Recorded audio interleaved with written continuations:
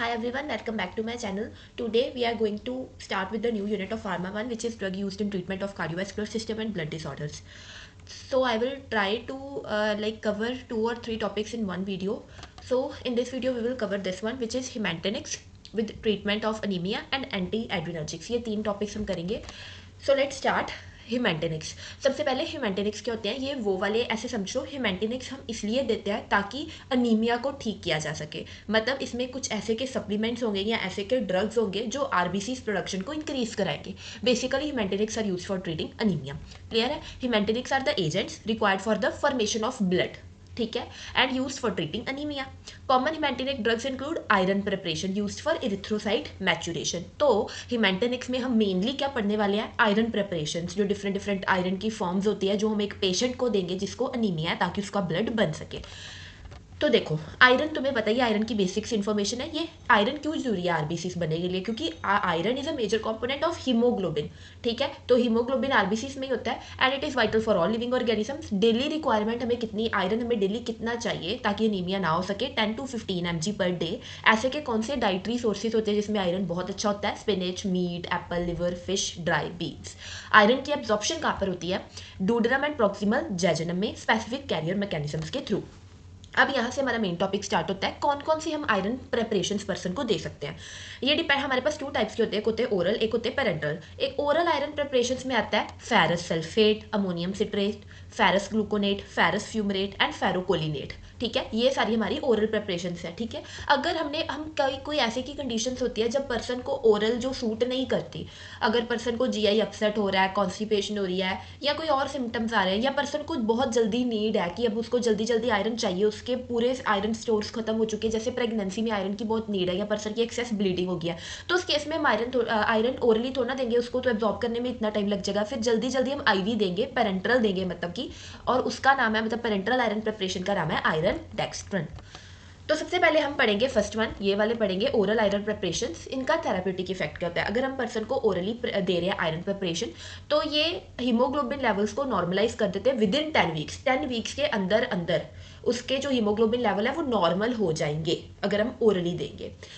और अगर उसके पूरे जो आयरन स्टोर्स जो खत्म हुए हुए हैं उनको रिप्लेनिश करना है तो फिर 3 to 6 मंथ लगेंगे. ठीक है. अगर सिर्फ नॉर्मल ब्लड में हीमोग्लोबिन लेवल, आयरन लेवल को मेंटेन करना है तो 10 वीक्स, अगर स्टोर्स को भी फुल करना है तो 3 to 6 मंथ.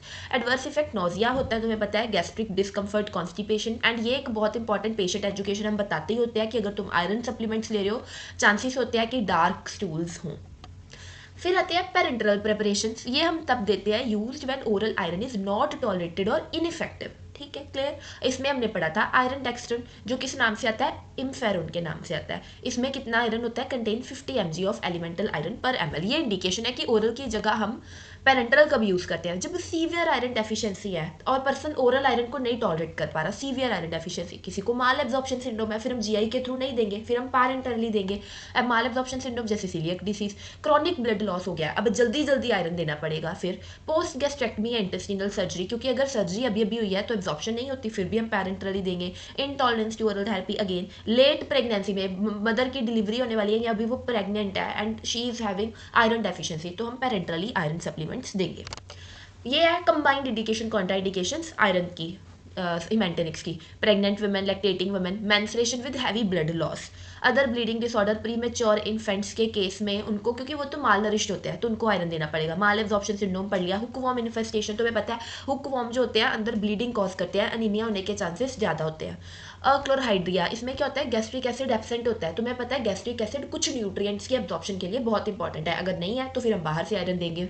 सीवियर आयरन और सीवियर क्रॉनिक हेमरेज, एक्यूट और सीवियर और chronic haemorrhage. Contraindication haemolytic anaemia. अब डिफरेंट टाइप्स ऑफ अनीमिया होता है. अगर तो आयरन डेफिशिएंसी अनीमिया तो हम मेंटेनिक्स देंगे, बट अगर हिमोलिटिक अनीमिया, उसमें क्या होता है, ऑटोम्यून हिमोलाइसिस होती है, हमारे आरबीसीज खुद ही टूटे जा रहे हैं, उसमें हम आयरन सप्लीमेंट देके क्या करेंगे. So no, there is no use of iron supplementation. Burning stomach, ये और जीआई अपसेट कर देगा. आयरन मेटाबॉलिज्म डिसऑर्डर, हम बाहर से आयरन दे ही जा रहे हैं पर अंदर मेटाबोलाइज ही नहीं हो रहा, उसका कोई है इस, वो तो एक्यूमुलेट होना स्टार्ट हो जाएगा, तो हम नहीं देंगे. ड्रग इंट्रैक्शन, ये तुम याद कर लो, एटलीस्ट ये याद कर लो, फाइटेट्स एंड फॉस्फेट्स, ये साथ में नहीं देते, एब्जॉर्प्शन डिक्रीज हो जाती है. साइड इफेक्ट्स हमने पढ़ लिए. क्लियर. एंटीडोट देख लो, डेफिरॉक्सामिन. आयरन टॉक्सिसिटी का क्या है, डेफिरॉक्सामिन. ये सेम, ये these are the adverse effect. हम इतना इन रूट्स के थ्रू दे सकते हैं, ओरल IM IV के थ्रू। डोज कितना दे सकते हैं, 0.5 to 10 mg पर डे। क्लियर है? एंड इट वेरीज कि कितना रिक्वायरमेंट है, ये एज प्रिस्क्राइब्ड होता है। तो यहाँ पर हमने पहला टॉपिक कर लिया मेंटेनिक्स। सेकंड है ट्रीटमेंट ऑफ अनीमिया। ये मैं स्पेसिफिक बता रही हूँ, ये there are different types of anaemias, हर किसी में हम क्या ट्रीटमेंट करेंगे। अगर आयरन डेफिशिएंसी अनीमिया, क्लियर है, डाइटरी हैबिट्स इंप्रूव कराओ, आयरन रिच फूड्स दो, कौन कौन से हैं वो यहाँ पर लिख सकते हो तुम। आयरन सप्लीमेंट्स दो, हिमेंटेनिक्स दो। विटामिन B12 डेफिशिएंसी है तो विटामिन B12 रिच डाइट या विटामिन B12 इंजेक्शंस दो। थैलेसीमिया है, थैलेसीमिया एक जेनेटिक इनहेरिटेड डिसऑर्डर होता है जिसमें क्या होता है, यहाँ जो हीमोग्लोबिन होता है वो बनता नहीं है क्योंकि alpha and beta globin chains में से कुछ ना कुछ मिसिंग होती है। ठीक है, तो उस केस में हम क्या कर सकते हैं, बाहर से फॉलिक एसिड दें, क्योंकि फॉलिक एसिड जो होता है न्यू RBCs प्रोडक्शन में हेल्प करता है। तो अगर किसी को थैलेसीमिया, तो हम चाहते हैं कि जितना बने एटलीस्ट बने, तो हम बाहर से फॉलिक एसिड देंगे। आयरन की लेशन करेंगे, क्यों? क्योंकि थैलेसीमिया में हमें बार बार ब्लड ट्रांसफ्यूजन करनी पड़ती है, उसके साथ आयरन भी जा रहा है, तो हम क्या करेंगे, excess iron from the body remove कर देंगे, आयरन की लेशन कर देंगे। कैसे करते हैं, कुछ एजेंट्स देके, जैसे डेफिरॉक्सामिन, तो एक तो वो करेंगे थैलेसीमिया के केस में। दूसरा ब्लड ट्रांसफ्यूजन, वो तो करना ही पड़ेगा क्योंकि थैलेसीमिया में क्या, बीटा ग्लोबिन चेन, मैंने बताया अल्फा या बीटा ग्लोबिन चेन मिसिंग होती है, हीमोग्लोबिन नहीं बनता, तो हम बाहर से ब्लड ट्रांसफ्यूजन कर सकते हैं। मेन तो ये है, पहला ट्रीटमेंट क्या, ब्लड ट्रांसफ्यूजन करो। दूसरा क्या, बोन मैरो ट्रांसप्लांट, ताकि न्यू RBCs बन सके। फॉलिक एसिड एंड आयरन की लेशन। अप्लास्टिक एनीमिया, इसमें क्या, बोन मैरो बनाती ही नहीं है RBCs, नहीं बनाती तो न्यू बोन मैरो ट्रांसप्लांट कर दो, या ब्लड ट्रांसफ्यूजन बाहर से RBCs दो। सिकल सेल एनीमिया, इसमें क्या होता है, जो बाइकनकेव शेप के होते हैं ना हमारे RBCs, पर कुछ इन्वायरमेंटल ट्रिगर्स के कारण, जैसे हाइपोक्सिया, अगर प्रोलॉन्ग्ड हाइपोक्सिया पर्सन सफर किया है तो उसके RBCs की शेप चेंज हो जाती है सिकल सेल में। तो उस केस में हम क्या देंगे, सबसे पहले ऑक्सीजन थेरेपी, वही हाइपोक्सिया के कारण ही तो हो रहा है, तो हाइपोक्सिया को ठीक करने के लिए ऑक्सीजन थेरेपी। पेन मैनेजमेंट, इसीलिए क्योंकि जो सिकल सेल वाले RBCs होते हैं ना, ये कुछ ब्लड वेसल्स को ब्लॉक कर देते हैं जिसके कारण पेन होती है।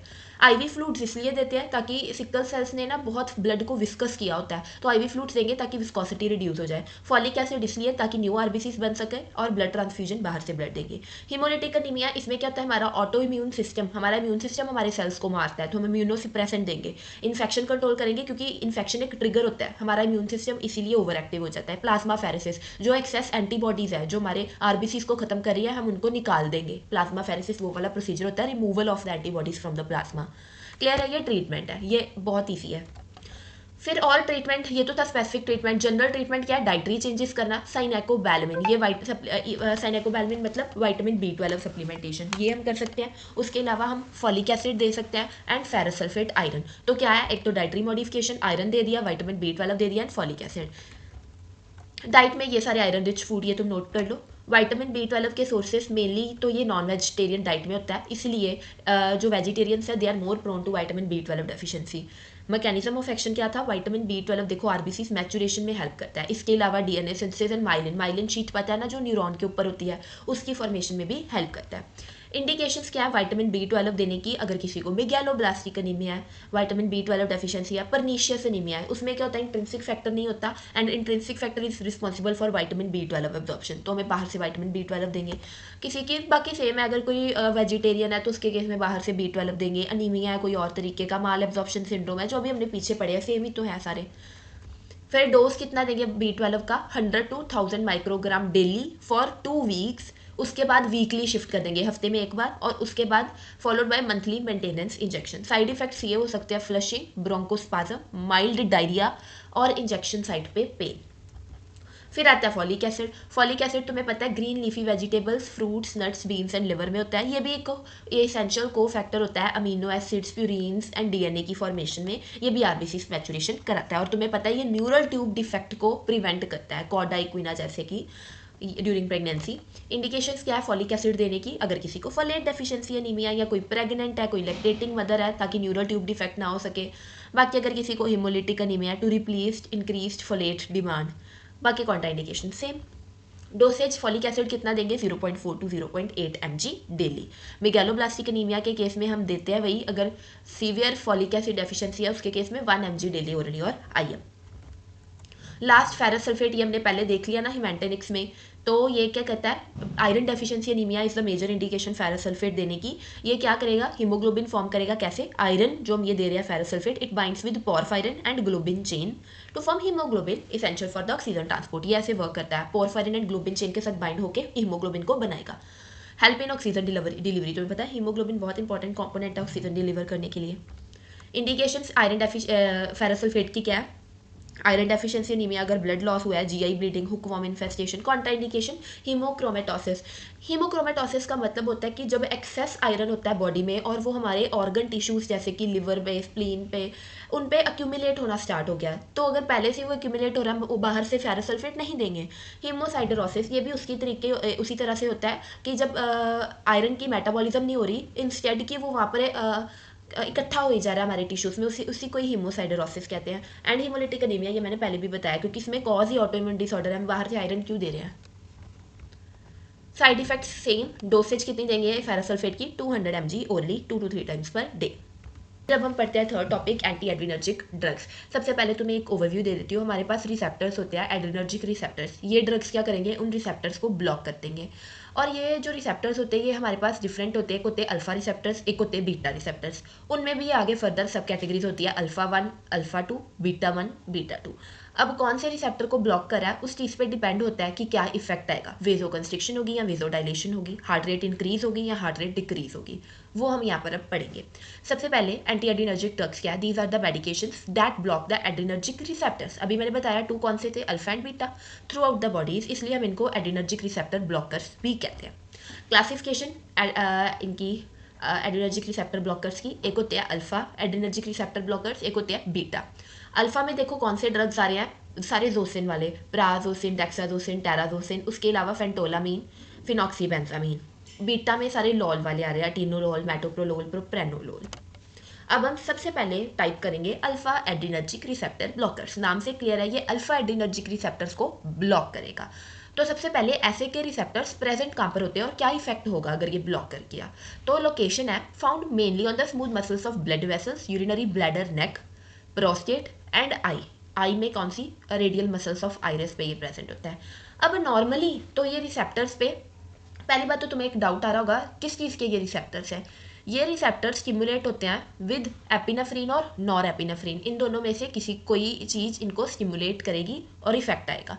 तो नॉर्मल फंक्शन क्या होता था, अभी हमने ये ड्रग नहीं दिया, अल्फा एड्रीनर्जिक रिसेप्टर्स पे जब नॉर एपिनेफ्रीन लगता था तो ये क्या करता था, पहले तो ये वेजो कंस्ट्रिक्शन करा देता था जिसके कारण बीपी इंक्रीज हो जाता था। दूसरा, ये ब्लैडर, नेक को एंड प्रोस्टेट की कॉन्ट्रैक्शन करा देता था जिसके कारण क्या था, यूरिन फ्लो डिक्रीज हो जाता था। थर्ड, ये प्यूपिलरी डायलेशन कॉज करता है। 3 चीज़ें क्लियर है, कब, जब अल्फा एड्रीनर्जिक रिसेप्टर्स स्टिमुलेट हो रहे थे, ठीक है, बाय एपिनेफ्रीन और नॉर एपिनेफ्रीन। पर जब हमने ये ड्रग दे दिया, जब हमने ये ब्लॉक कर दिए, सेकंड ये वाला पॉइंट देखो, when blocked by alpha 1 blockers like prazosin जो हमने ड्रग्स पढ़े हैं, तब क्या होगा, वेजो कंस्ट्रिक्शन की जगह वेजो डायलेशन, बीपी बढ़ने की जगह मतलब कम हो गया। दूसरा, यहाँ पर यूरिन फ्लो डिक्रीज हुआ था, अब यहाँ पर इसने ब्लैडर, नेक को और प्रोस्टेट को रिलैक्स कर दिया, अब इजी यूरिनेशन हो जाएगी। इसलिए इसका बहुत यूज है इन बिनाइन प्रोस्टेट हाइपरप्लेसिया, क्योंकि ये प्रोस्टेट को रिलैक्स कर देगा और ब्लैडर, नेक को भी। क्लियर हो गया। तो मैकेनिज्म ऑफ एक्शन क्या है, पहली ड्रग्स का, अल्फा एड्रीनर्जिक रिसेप्टर ब्लॉकर्स का। तो हो क्या रहा है, अल्फा एड्रीनर्जिक रिसेप्टर ब्लॉकर्स दिए, उन्होंने अल्फा रिसेप्टर्स को ब्लॉक कर दिया। अब उस पर एपिनेफ्रीन या नॉर एपिनेफ्रीन आके नहीं लगेगा, स्टिमुलस नहीं मिलेगा, जिसके कारण क्या होगा, जो वहाँ पर कंस्ट्रिक्शन होगी उसके जगह अब यहाँ पर रिलैक्सेशन होगी, relaxation of vascular smooth muscle, वेसो dilation हो गया टीरियोल्स की, बीपी डिक्रीज हो गया। मेनली अभी तुम्हें क्लियर हो गया, जो अल्फा एड्रीनर्जिक रिसेप्टर ब्लॉकर्स होते हैं वो क्या करते हैं, बीपी को डिक्रीज करते हैं। तो ये हमने एंटी हाइपरटेंसिव ड्रग्स में भी पढ़े हुए हैं। क्लियर हो गया। अब देखो इसमें हमने एक ड्रग को मैंने अच्छे से एक्सप्लेन किया है। सबसे पहले है प्राजोसिन। तो इंडिकेशन क्या है प्राजोसिन की, सबसे पहले तो ये selective alpha 1 adrenergic receptor blocker है। मैंने बताया था ना अल्फा भी आगे 2 कैटेगरीज, अल्फा 1 अल्फा 2, तो ये अल्फा 1 है, selective alpha 1 adrenergic receptor blocker. Indication again hypertension, ये बीपी डिक्रीज कर देगा, बीपीएच क्लियर है, रेनॉल्ड्स डिसीज क्योंकि ये ब्लड वेसल्स की वेजो डायलेशन करा देगा। कॉन्ट्रा इंडिकेशन ऑब्वियसली अगर किसी को पहले हाइपोटेंशन है तो नहीं देंगे, हाँ इसलिए नहीं देंगे क्योंकि ऑलरेडी ये बीपी डिक्रीज करा रहा है पहले, तो अगर पहले किसी को हाइपोटेंशन है तो नहीं दे सकते। हार्ट फेलियर में हम इसीलिए नहीं देते क्योंकि ये जो हार्ट रेट है उसको डिक्रीज कर देता है। अगर पहले किसी को हार्ट फेलियर है मतलब कार्डियक आउटपुट वैसे ही बहुत ज़्यादा डिक्रीज होगी, ऊपर से इसने हार्ट रेट डिक्रीज कर दी, कार्डियक आउटपुट मेंटेन ही नहीं हो पाएगी, severe renal impairment, proper excretion नहीं होगी, hyper sensitivity to drug. Dosage हम adult orally start with 1 mg at bed time, फिर मेंटेनेंस डोसेस का कितना है 6 to 15 mg पर day divided doses. Adverse effect same है, headache, dizziness, drowsiness, fatigue. Cardiovascular में it can cause postural hypotension and palpitations. इसके अलावा nausea, oedema, blood vision, nose nasal congestion भी ये कॉज कर सकता है। इंडिकेशंस हाइपरटेंशन तुम्हें पता है, बीपीएच, इरेक्टाइल डिसफंक्शन में भी इसको देंगे। रिसेप्टर ब्लॉकर्स, तो इसमें भी 2 टाइप्स होते हैं, एक होते हैं बीटा 1 एंड बीटा 2 रिसेप्टर्स। इनको भी कौन स्टिमुलेट करता है, इधर एड्रेनलिन और नॉर एड्रेनलिन। अब जैसे वहाँ पर क्या हो रहा था, बेसिकली जो ये दोनों रिसेप्टर्स होते थे ये रिस्पॉन्सिबल होते थे फॉर वेजोकंस्ट्रिक्शन, बीपी को डिक्रीज करने के लिए, और जब हम उन अल्फा एडिनर्जिक रिसेप्टर ब्लॉकर्स को दे देते थे तो वो बीपी को डिक्रीज कर देता था। अब यहाँ पर बात कर रहे हैं बीटा एडिनर्जिक रिसेप्टर ब्लॉकर्स की। यहाँ पर क्या होता है, हार्ट रेट को जो जब ये रिसेप्टर्स पे एड्रेनलिन एंड नॉर एड्रेनलिन लगते थे तो हार्ट रेट इंक्रीज होती थी, पर जब हम ये ब्लॉकर्स दे देंगे तो क्या होगा, it will slow down the heart rate. तो देखो, this leads to the slowing of the heart rate, decrease cardiac output and reduced blood pressure. Clear है, बेसिकली वहाँ पर भी बीपी रिड्यूस हो रहा है, एंड रिजल्ट वहाँ पर भी बीपी रिड्यूस ही हो रहा था ब्लॉकर्स देने के बाद, यहाँ पर भी ब्लॉकर्स देने के बाद बीपी रिड्यूस होगा। क्यों? क्योंकि ये ब्लॉकर्स क्या कर देंगे, हार्ट रेट को एंड कार्डियक आउटपुट को डिक्रीज कर देंगे। ठीक है, सम आर कार्डियो सिलेक्टिव, जैसे बीटा ओनली। अगर ये ड्रग सिर्फ बीटा 1 रिसेप्टर्स को ब्लॉक करेगा तो हम उनको कहेंगे कार्डियो सिलेक्टिव क्योंकि बीटा 1 रिसेप्टर्स सिर्फ हार्ट पे ही होते हैं। बट अगर ये बीटा 1 एंड बीटा 2 दोनों रिसेप्टर्स को ब्लॉक कर रहा है तो फिर हम उसको कहेंगे नॉन कार्डियो सिलेक्टिव, क्योंकि बीटा 2 रिसेप्टर्स लंग्स में भी प्रेजेंट होते हैं। समझ आ गई? अगर तो वो कार्डियो सिलेक्टिव है तो हम अस्थमा पेशेंट्स में भी दे सकते हैं क्योंकि यहाँ पर ये लंग्स में तो कुछ करेगा ही नहीं। क्लियर है? फैक्शन करते हैं, beta blockers decrease beta 1 receptor activities in heart. तुम्हें पता चल गया ये वाले ड्रग्स रिसेप्टर्स को ब्लॉक कर देंगे, जिसके कारण क्या होगा, हार्ट रेट डिक्रीज हो जाएगी एंड कंट्रैक्टिलिटी भी डिक्रीज हो जाएगी, कार्डियक आउटपुट डिक्रीज हो जाएगी। फिर यहाँ तक पहली बात, ठीक है। सबसे पहले क्या किया इसने, हार्ट रेट को डिक्रीज कर दिया। जब हमने ड्रग्स ले लिए तो उन्होंने हार्ट रेट को डिक्रीज कर दिया। दूसरा ये क्या करते हैं, जो बीटा एडिनर्जिक रिसेप्टर ब्लॉकर्स होते हैं, रेनिन रिलीज फ्रॉम किडनी उसको भी डिक्रीज कर देते हैं। अगर रेनिन डिक्रीज हो जाता है ना तो हमारी किडनीज वाटर रिटेंशन नहीं करती, इंस्टेड वाटर एक्सक्रीशन कर देती है। अब जब ब्लड में वाटर ही नहीं है तो ब्लड में वॉल्यूम नहीं है, मतलब कि बीपी डिक्रीज हो जाएगा। तो वहां पर भी क्या हो रहा था, अल्फा एडिनर्जिक रिसेप्टर ब्लॉकर्स भी वेजोडाइलेशन करवाकर ब्लड प्रेशर को डिक्रीज कर रहे थे। यहाँ पर जो बीटा एडिनर्जिक रिसेप्टर ब्लॉकर्स है ये 2 तरीकों से बीपी डिक्रीज करवा रहे हैं। पहला हार्ट रेट को डिक्रीज करवा के, दूसरा रेनिन रिलीज फ्रॉम किडनी को डिक्रीज करा के, जिससे वाटर रिटेंशन नहीं होगी, बीपी डिक्रीज हो जाएगा।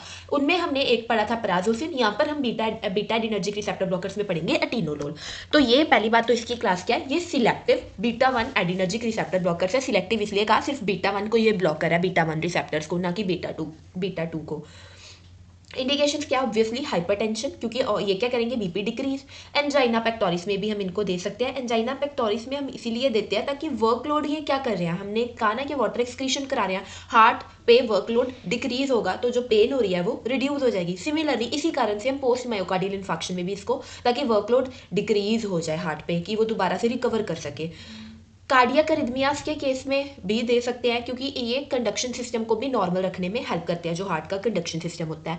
माइग्रेन प्रोफाइलैक्सिस में इसलिए क्योंकि अभी हमने देखा ये बीपी डिक्रीज करते हैं, तो मतलब एक तरीके से ये भी कहीं ना कहीं वेजोडाइलेशन करवा रहे होंगे, तो ब्रेन में जो ब्लड वेसल्स होती हैं उनकी वेजोडाइलेशन करा के जो माइग्रेन की पेन है उसको रिड्यूस करेंगे। पाल्पिटेशंस के केस में भी इनको यूज कर रहे हैं क्योंकि हार्ट रेट डिक्रीज कर रहे हैं। कॉन्ट्राइंडिकेशन साइनस ब्रेडिकार्डिया, पहले किसी के हार्ट रेट इतनी कम है, हार्ट ब्लॉक, उसमें भी क्या होता है, कंडक्शन सिस्टम प्रॉपरली वर्क नहीं ना करता, नहीं दे सकते, हार्ट बिल्कुल ही फेल हो जाएगा, बिल्कुल ही हार्ट रेट ड्रॉप हो जाएगी। कार्डियोजेनिक शॉक के केस में, कार्डियोजेनिक शॉक में भी यही कारण होता है कि जो हार्ट होता है हमारी जो ऑक्सीजन की नीड्स है या कार्डियक आउटपुट की नीड है उसको फुलफिल नहीं कर पा रहा, ऊपर से हम हार्ट रेट को और डिक्रीज करवा रहे हैं, नहीं दे सकते। Severe peripheral vascular disease, use cautiously in diabetes and thyroid disorders. डोलोल कितना देते हैं, 25 to 50 mg वंस डेली। ये इसके एडवर्स इफेक्ट है, ज्यादा दे दिया तो ब्रेडिकार्डिया, हाइपोटेंशन, हार्ट फेल हो सकता है, फटीग, डिजीनेस, डिप्रेशन, डिजीनिया हो सकता है। तो सभी की अब indication of anti antiadrenergic drugs hypertension में, ठीक है। एमआई के केस में हमने पढ़ लिया, angina, arrhythmia, heart failure, migraine, ये हमने सारे पढ़ लिए। ग्लूकोमा में केस में हम इसलिए देते हैं क्योंकि इसमें भी वो बीपी अगर डिक्रीज हो जाएगा तो आईओपी भी डिक्रीज हो जाएगा। कॉन्ट्राइंडिकेशन अस्थमा सीओपीडी में सिर्फ वही यूज़ कर सकते हैं अगर वो सिलेक्टिव का, अगर वो कार्डियो सिलेक्टिव है, बट अगर वो बीटा 2 रिसेप्टर्स को भी ब्लॉक करेंगे तो वहाँ पर भी ब्रोंकोस्पाज्म भी कॉज कर सकते हैं। तो specially non selective beta blockers को अस्थमा सीओपीडी में नहीं दे सकते। ब्रेडी, हार्ट ब्लॉक, ये हमने पढ़ लिए सारे। एडवर्स इफेक्ट यही सारे हमने देख लिए।